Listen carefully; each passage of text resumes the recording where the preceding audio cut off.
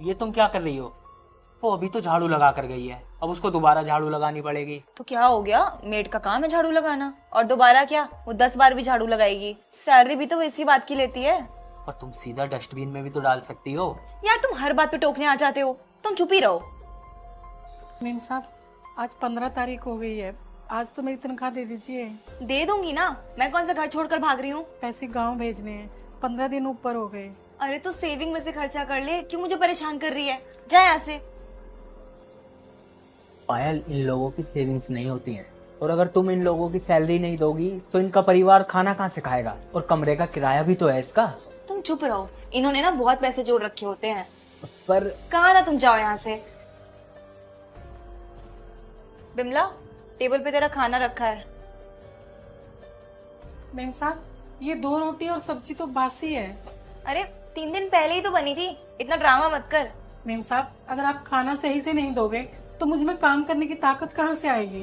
ज्यादा ना नखरे मत दिखा, जो मिल रहा है ना उसमें खुश रहे, वरना ये भी बंद कर दूंगी। आया समझ?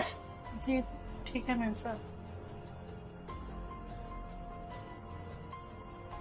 अब ये तो बेसिक नीड्स है ना, अगर उसको खाना नहीं दोगी तो वो बीमार पड़ जाएगी, फिर कौन करेगा तुम्हारा काम?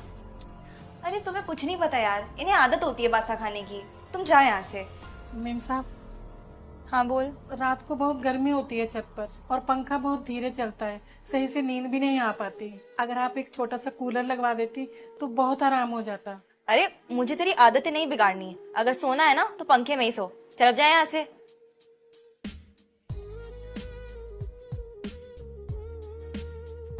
क्या हुआ, तुम इतनी परेशान और थकी हुई क्यों लग रही हो? सब ठीक तो है? कुछ ठीक नहीं है यार, बॉस ने मुझे बहुत परेशान कर रखा है। पर हुआ क्या है? सैलरी हमेशा 1 तारीख को आ जाती है, पर इस बार बॉस ने अब तक सैलरी नहीं दी है।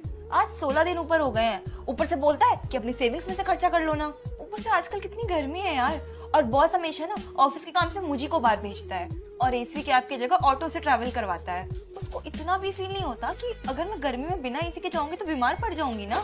और पता है, 2 दिन से तो हद ही हो गई है। वो लंच में हमेशा रेस्टोरेंट से फ्रेश खाना मंगवाता था। तभी लड़की कहती है, पता नहीं पैसे बचाने के लिए घर से रोज बासी खाना लाया जाता था। अगर हम कुछ कहते तो हर बात पर कहता, अपनी सैलरी से खा लो ना। मैं इस बात से बहुत तंग आ गई थी यार। तभी आंटी कहती हैं, मैडम साहब पानी। लेकिन आगे अब जो हुआ वह देखने से पहले, तब बेटा आज तुझसे एक वादा चाहिए। अगर तू अपने माँ बाप से प्यार करता है और मुझ पर श्रद्धा रखता है तो वीडियो को लाइक कर, चैनल सब्सक्राइब कर और कमेंट में लिख जय माता दी। खुशखबरी 3 घंटे में तेरे जीवन में। अभी लड़की कहती है, प्लीज आंटी जी मुझे माफ कर दीजिए, मैंने आपको कभी इज्जत नहीं दी, हमेशा आपकी मजाक उड़ाती